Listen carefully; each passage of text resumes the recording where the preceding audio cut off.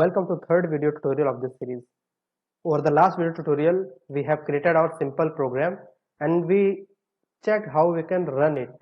So in this video tutorial, we are going to learn what is variables and how many data types are there in Python.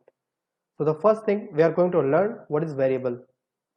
So if you remember from the last video tutorial, we wrote a single line of code in our first.py file. Now I am removing it and let's see what is variable first. So a variable is nothing but a memory location in our computer where we can store any value. So this is the definition of a variable. So in case if I want to store anything, how will we do that?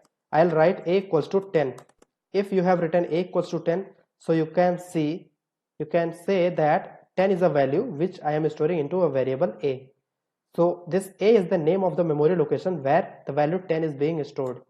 Similarly, in case I want to store a new value into a variable b, so I can write a variable which I have written tag and I want to assign into a variable b. So again, you can store any value into the memory location. So based on the value which you are storing into memory location, the data type of this variable can be defined. So if I am writing c equals to 2.5, that means c is a variable or a memory location where we are trying to store 2.5 value. So these value are called data type, like 2.5, tag gigs and 10. These three are different data type which is available into Python. So let's see how many total number of data types are there in Python. Now you can see that in Python we have 6 number of data types. So the 6 data types are number, string, lists, tuples, set and dictionary. If you are not about all these data types, don't worry, we will learn them one by one in detail in upcoming video tutorials. So we will have an overview of all these data types into this video tutorial, but detailed understanding we will complete into upcoming video tutorials one by one. So these are the data types available in Python. So let's first see what is number data type. So in number data type we have int, float and complex. So let's see how we can store this data type into our database or variable. So to do that, I will write a equals to 10. So this is my int variable or int data type, and if I am writing 10.5, so this is float value. That means we are trying to store float data type into variable b. And if I want to store a variable similar to 10j, so this is called complex variable. Okay, so if I try to print an integer value or float value or complex value, so what I have to write? I have to write a print function here and I have to pass the variable name. So here the variable name is a. So I want to print a. So I'll write a here and I will run this file. To run this file, we already know we have to write py and the file name. So file name is first.py.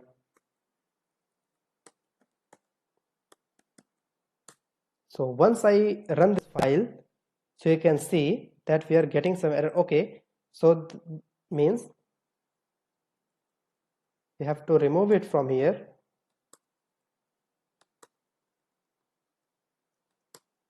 Let's run this file and let's see the output. First clear the console. Again we will write py first.py. So you can see that we have here we try to print variable a which have value 10 stored into it. So we can see the output 10. And if we try to print b over here, let's save the file and again run this file into console, and we can see that value it has printed 10.5 because the value of b which we have stored is 10.5. Similarly, let's try to print c over here. So again we'll run this file and we can say here that print function can print any of the data type, whether it is integer, float or complex value. So you can see the output here, it has print 10.j which is a complex value. Now we will move into the next data type. So let's see what is that. So the next data type is string. So we'll talk about string. What is that? So if I want to store a value into a variable d and the value is TechGeeks, so we can say that d is a data type or a variable. D is a variable where we want to store TechGeek as a value. So the TechGeek or whatever value is there is called string if any value is in double inverted comma or in a single inverted comma like this. So that value is called string value. So we can store this into a data type d, and to print this value we have to write value variable name. So we want to print the variable d which stores TechGeeks here. Again, to run this file we have to write py first.py, and you can see the output. It has print TechGeeks. Similarly, you can, as I already have told, that string value can be written either in a single inverted comma or double inverted comma. So again, let's print it. So you can again see the output. It has printed TechGeeks. Now we will move into the next data type. So the next data type is list. So what is list? So first of all, we'll understand how we store value into list. So let's say that we have a variable e and we want to store a list of values into it. A list of values means not a single value but a list of value. So to store a list of value, we will first write it like this, and inside this we will pass all our values. Suppose I have given a value 1 2 3 4 5, and this is called a list, and we want to store this whole list into a variable e. So this is called a list data type. Now we'll try to print it. Print e, and again first let's clear the console and let's run the file with py space first.py, and you can see that it has printed the whole list which we have initialized here. So this is called list in Python, and this is called an string. This is called a complex value, and this is called an float value, and similarly this is called an integer value. So this means whatever we are writing after hash is called a comment in Python.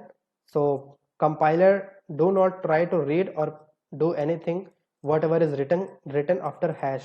So don't be confused why we have written here. We have just written these things just to mention that what is the data type. So compiler completely ignores all these lines. So again let's print, and you can see that it has printed list. So the next data type we have tuples. So what is tuple?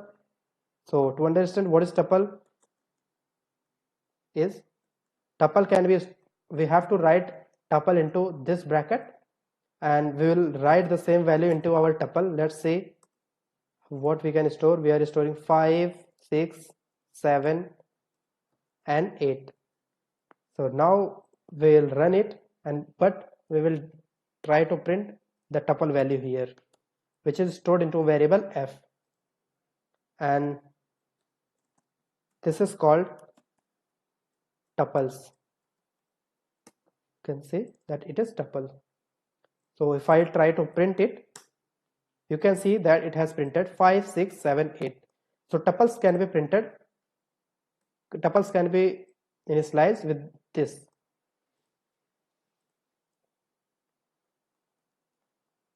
We do not need to write that. So again the next data type is set. So in case you want to store a set into a variable g, so you have to write, again suppose I am writing 10 20 30 and 40. So this is my set, and if I want to print the set here, so similarly as in all case we already have done that, so we'll write G over here, and again we'll try to run this file, and we can see that the output is 40, 10, 20, 30. So this is called a set, and the set we initialize into curly bracket. And now we'll go to dictionary. So how we initialize the dictionary here? So dictionary can be initialized like this. So in dictionary we have a key and value pair. So what is key and value pair? Just learn how we initialize the dictionary in this video tutorial. In upcoming video tutorial we will be learning everything one by one. So don't worry if you are not getting what we are doing here. In upcoming videos you will learn everything, and everything will be clear to you. So as I already told you that in dictionary we define everything as a key value pair. So suppose I have a key A and the value is 1. Similarly I have a key B and the value is 2.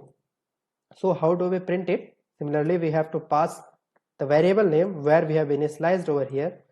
So again let's run the file, and you can see the output. It has 1 A1 B2, whatever the value we have initialized here, that is over here. And as I already have told you that this string can be either in single or double inverted comma. So I can replace this double inverted comma with single. So again if I try to print it, you can see the output is same. So thank you for watching. Into the next video tutorial we'll have a look about string and its upcoming data types into more detail. So please continue watching.